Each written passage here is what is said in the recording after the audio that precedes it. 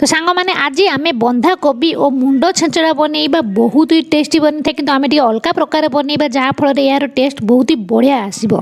तो से देखो ये मुझे गोटे मुंड माछर मुंड आउट भी नहीं 500 ग्राम कोबी जहाँ मुझे सरू सरू लंबा लंबा काटी नहीं धोई मुकी परिष्कार कर पाटा गड़े नहीं छाणी देती भल भाव मैं देखिपे आप जी क्वांटिटी बनवाक चाहूँगी तो आप नहीं पारे। और ये मुझे गोटे बड़ साइज्र आलू ताकूपरी भाव छोट छोट काटी नहीं आपड़ चाहिए तो आलूर क्वांटिटी बढ़ाई पारे। आप जब चाहिए गाजर आड करेंगे बीन्स आड करेंगे।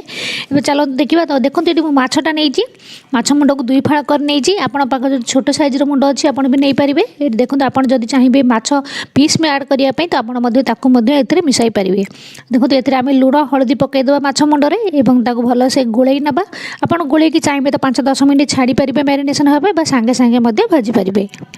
फ्रेंड्स माछ मुंड आ कोबीर यही रेसिपी बहुत ही टेस्टी बनी था बहुत ही बढ़िया लगी था। आप थे बनईकि देखो देखिए केते बढ़िया लगे। देखो ये माछ मुंड को गोल नहीं ने गोटे कढ़ा भल से गरम कर गैस नि गोटे चामच तेल तेल जो भल से गरम हो तो आम काटी रखि आलू को ये पकई टी भाजी नवा।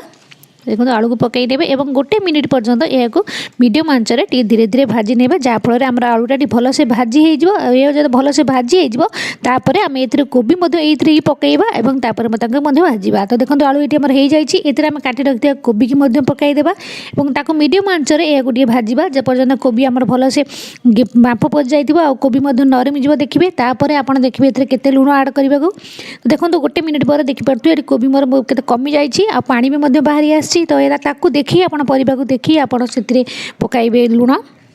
तो मैं गोटे चामच लुण नहीं भल से गोली ने गोली सारी आम यह 3 ରୁ 4 मिनिट ढांकी दबा जहाँफल आम कोबी टे सीझीज। तो देखो 3-4 मिनिट ढांकी देती खोलिक गोली ने। तो देखो ये पानी मरी जाए कोबी टे सीझी आसी जदि आप अधिक सीझा चाहूँ तो अधिक समय ढांकी रखिपारे। एवं ढाकणा खोलिक आम यह आउ 2-3 मिनिट टे भाजवा जहाँफल आम कोबीटा भल से भाजी हो पानी भल से मरीज। तो देखो ये मुझे भाजुची तो 2-3 मिनिट पर देखो ये कोबी आमर भल से पानी भी मरी जाइए भल से भाजी तो यह आम गैस को बंद करनवा एवं यह साइड करनवा। एवं चलते आम माछ मुंड जो रखी आम भाजवा देखो सीझी जाइए पूरा। तो देखो ये मुझे गैस रे आ गोटे कड़ा गरम कर कड़ा भल से गरम हो तेल आड करेंगे। तो सोरिष तेल नियंतु माछ भाजापी तेल तो भल से गरम हो तो माछ मुंड को ये पकई ने मीडियम आंचरे आम यह भल से भाजी नवा माछ मुंड को एकर सेकर कर भल से भाजी नियंतु। तो देखो ये भल से आम भाजी होची आप देखिपे तो माछ मुंड ये आम भल से भाजी होती तो जो यह भल से भाजी होम भल से गुंड करनवा। तो छोट छोट पीस आम भाजी नवा जहाँफल आम जो माछ मुंड भल से पूरा भाजी हो भल से क्रिस्पी हो। देखो ये मुझे सब माछ मुंड को गुंड कर भल से भाजी ने भाजी हो सारापर माछ मुंड आपंकर आम काढ़ी नवा। तो देखो ये हो जाए तो आम यह काढ़ी नवा अन्य जगार एवं से कढ़ारे देखो जी तेल मोर ये बची जाइए तो से ही मसला कषिमी। तो देखो ये तो तेल 2-3 चामच रही जाइए तो से मसला कषा तेल गरम अच्छी तो ये नियंतु अध चामच चीनी। तो चीनी देवा द्वारा कलर तो बढ़िया आसो ता सहित आप तरकार टेस्ट बहुत बढ़िया होता है। देखो ये कलर हो आसला तो यही समय आम ये पकई ना टे जीरा और गोटे तेजपत्र को छिड़े पकई नियंतु आप चाहिए तो फुटण आड करेंगे। और ये गोटे मीडियम साइज्र मो पियाज नहीं छोट छोट कर काटी नहीं पकई ने यह गोल्डन है पर्यंत आम यह भाजवा। तो मसला को सब स्लो आंचर आप करूँ। तो देखो ये पियाज मोर बढ़िया से गोल्डन कलर हो आसला तो ये आम आड करवा अदा रसुण पेस्ट।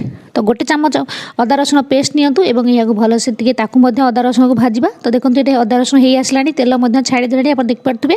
तो यही समय मुझे रखी 2टी मीडियम साइज्र टमाटर पाचिला टमाटर छोट छोट कर काटी नहीं पकई ने टे लुण आप पकईबे जहाँफल आम टमाटर बहुत शीघ्र सीझीज।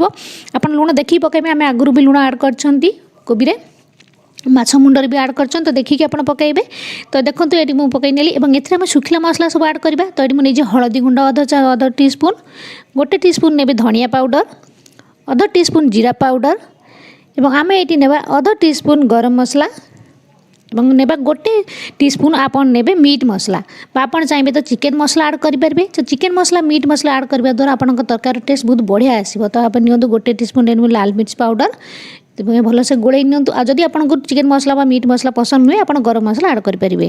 और ये पानी दिंतु जहाँफल आम जो शुखिला मसला नहीं भल से पूरा कषि हम और बढ़िया से टेस्ट बढ़िया आसो।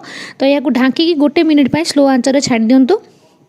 ଏବଂ गोटे मिनिट पर देखो आम मसलाटा बढ़िया से कषि आम टमाटर भी बढ़िया से सीझी जाइए। तो ये आउ भल से भाजी ना तो मझे मझे आप देखुए ना तो पोड़ी जबार संभावना अच्छी।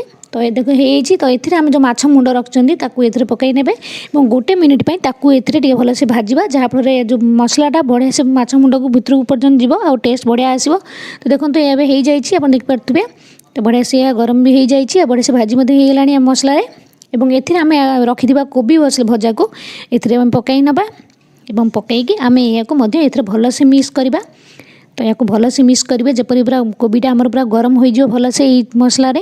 तो मीडियम आंचरे आप भल से गरम करूँ। देखो या भल से गोलेबे और आंच को मीडियम रखिए और भल से गोला देखिए पूरा भल से बांफ आसीज। तो देखो ये पूरा हो जाइए। तो ये आम कौन करेंगे टी पानी ऐड करवा जहाँफल आम मसलाटा सबुथ भल से मिक्स हो।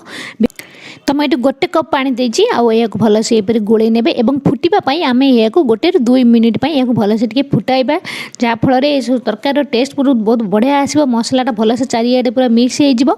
तो देखो या आप गोटे 2 मिनिट तो टी स्लो आंचरे भल से या आम फुटाई नवा।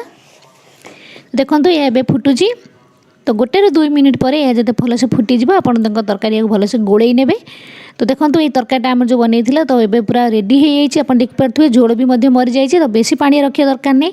तो लास्ट आम ये धनिया पत्र पकई ने या भल से गोले ने। तो देखो केते सुंदर और केते शीघ्र बनी रेडी होगा आमर कोबी आ मुंड छेंचड़ा जहाँकि बहुत टेस्टी। आप थे निहाती यहीपरि बनातु आ देखो केते टेस्ट लगे या भात रुटी बढ़िया आराम से खाई पारे बहुत ही टेस्टी बन। तो फ्रेंड्स आप निहाती थे या बनातु आ ट्राए करंतु।